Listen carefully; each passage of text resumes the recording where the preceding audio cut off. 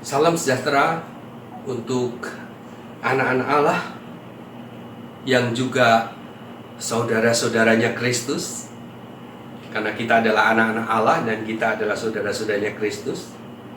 Kita bertemu dalam waktu yang baik ini untuk membahas satu masalah yang cukup penting, yaitu Yohanes 1 ayat 1. Sebagai mantan Trinitarian, saya tahu persis bahwa ayat ini adalah ayat yang sangat kuat mensupport dogma Tritunggal atau Allah, kealahan Yesus. Saya juga dulu seperti itu. Jadi pada waktu semua ayat-ayat yang saya pegang sebagai Tritunggal itu mulai berguguran, ayat inilah satu-satunya yang masih saya pegang kuat. Tetapi manakala ayat ini pun terpecahkan, maka saya sudah tidak punya pegangan lagi. Maka jadilah saya seorang Unitarian. Mari kita bahas. Yang pertama kita akan bahas pada paruh pertama ini, kalimat pertama dari Yohanes 1 ayat 1, yaitu pada mulanya adalah firman. Apa maksudnya firman di sini? Sebuah kata itu punya dua kemungkinan arti, yaitu arti literal, kalau orang Belanda bilang letterlijk, jadi apa adanya, dan arti kiasan, bukan arti yang sesungguhnya. Jadi kita akan bahas dua kemungkinan ini. Yang pertama, kita bahas firman dalam arti literal. Sudah tahu, kalau Yesus dimaknai sebagai firman dalam arti literal, maka firman di sini bukanlah pribadi tersendiri. Firman atau ucapan saya itu bukan pribadi tersendiri. Jadi kalau ada yang bilang Allah Tritunggal itu tiga pribadi, dalam hal ini sudah gugur, karena firman di sini bukan pribadi. Yang berikutnya sudah tahu, ketika firman ini terucap lalu menjadi Yesus, tentu Allah tidak bisu, bukan? Jika Allah tidak bisu, itu berarti Allah bisa berfirman kembali, dan firman-Nya menjadi Yesus yang lain lagi. Itu artinya Allah bisa menciptakan jutaan, bahkan miliaran Yesus yang lain. Dan kalau itu terjadi, berarti Yesus itu nggak ada apa-apanya dibandingkan dengan Allah. Yesus itu nggak level dibanding Allah. Jadi kalau ada yang bilang Yesus itu setara dengan Allah, ya gagallah teori itu. Karena Allah bisa ciptakan jutaan Yesus yang lain, maka tentu Allah tak pernah setara dengan Yesus. Itu tadi kalau kita bahas firman dari arti literal atau letterlijk.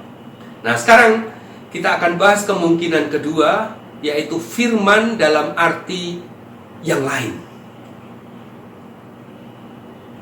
Saya ajak saudara membuka Alkitab di dalam 1 Yohanes 1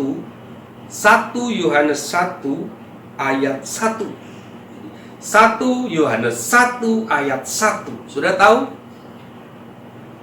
Yohanes 1 ayat 1 yang berkata pada mulanya adalah firman dan seterusnya, ditulis oleh penulis yang sama dengan 1 Yohanes 1 ayat 1. Jadi dua ayat ini ditulis oleh penulis yang sama. Maka tentu saling melengkapi ayat ini. Yang satu menjelaskan yang lain, yang satu melengkapi yang lain. Nah, apa yang dinyatakan di 1 Yohanes 1 ayat 1, saya akan bacakan.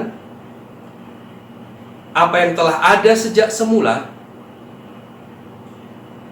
yang telah kami dengar, perhatikan, yang telah kami lihat dengan mata kami, yang telah kami saksikan, dan yang telah kami raba dengan tangan kami, yaitu tentang firman hidup, itulah yang kami tuliskan kepada kamu. Saudaraku, firman itu kalau dalam arti literal adalah sesuatu yang abstrak. Abstrak itu tidak bisa dilihat, abstrak itu tidak bisa diraba.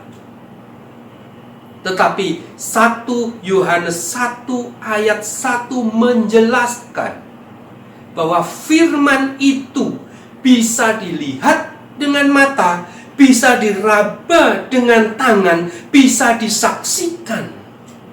Artinya, firman ini pasti bukan abstrak.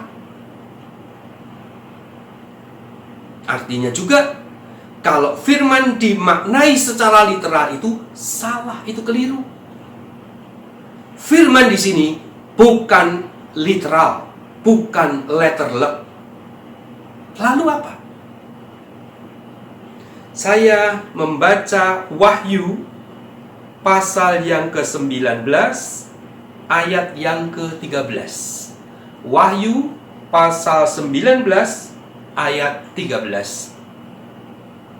Dan ia memakai jubah yang telah dicelup dalam darah. Perhatikan. Dan namanya ialah firman Allah. Jadi firman Allah adalah nama yang dikenakan kepada Yesus. Nama. Saudara tahu apa artinya nama?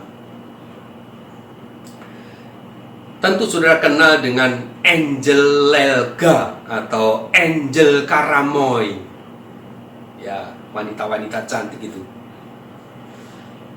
Mereka bukan malaikat. Sekalipun namanya angel, tapi mereka bukan malaikat. Mereka adalah manusia. Mereka adalah orang yang dinamakan angel. Begitulah pengertian nama itu. Demikian juga dengan Yesus. Yesus dinamakan sebagai firman. Itu artinya Yesus adalah makhluk ciptaan Allah yang dikasih nama firman. Perlu sudah ketahui, nama Yesus itu bukan hanya firman, tapi Alkitab menulis ada beberapa nama atau sebutan untuk Yesus. Di antaranya kekuatan dan hikmat Allah. Ya, Yesus disebut demikian. Yesus juga dikasih nama terang. Ya, terang. Nah, nama itu punya maksud. Seseorang disebut dengan satu nama tentu punya maksud. Yesus disebut sebagai terang, dinamakan terang. Itu maksudnya karena kedatangan Yesus membawa pencerahan bagi mereka yang masih dalam kegelapan. Nah, lalu apa maksudnya Yesus dikasih nama firman? Kita cari jawabnya di Alkitab. Kita baca Alkitab kita di dalam kitab Yohanes pasal yang ke-8 ayat 26. Yohanes pasal yang ke-8 ayat 26. Saya bacakan ya. Banyak yang harus kukatakan dan kuhakimi tentang kamu, akan tetapi dia yang mengutus aku adalah benar. Perhatikan. Dan apa yang kudengar daripadanya, itu yang kukatakan kepada dunia. Apa yang kudengar daripadanya, itu yang kukatakan kepada dunia. Jadi kita mendapat petunjuk bahwa penyebutan Yesus sebagai firman, karena Yesus ini menyampaikan firman-Nya Allah. Jadi kalau Yesus Kesini menyampaikan firman Allah, kesana menyampaikan firman Allah, kemarin menyampaikan firman Allah, besok menyampaikan firman Allah, dulu menyampaikan firman Allah, terus demikian. Maka pantas Yesus disebut sebagai firman Allah, karena kerjanya menyampaikan firman Allah. Satu lagi, Yohanes 14 ayat 10. Yohanes 14 ayat 10. Tidak percayakah engkau bahwa aku di dalam Bapa dan Bapa di dalam aku? Apa yang aku katakan kepadamu? Ini perhatikan. Apa yang aku katakan kepadamu tidak aku katakan dari diriku sendiri, tetapi Bapa yang diam di dalam aku, dialah yang melakukan pekerjaannya. Kembali Yesus menegaskan bahwa semua yang disampaikan itu adalah kehendak Bapa. Firman yang disampaikan oleh Yesus itu adalah firman-Nya Bapa. Maka disinilah Yesus disebut sebagai firman Allah.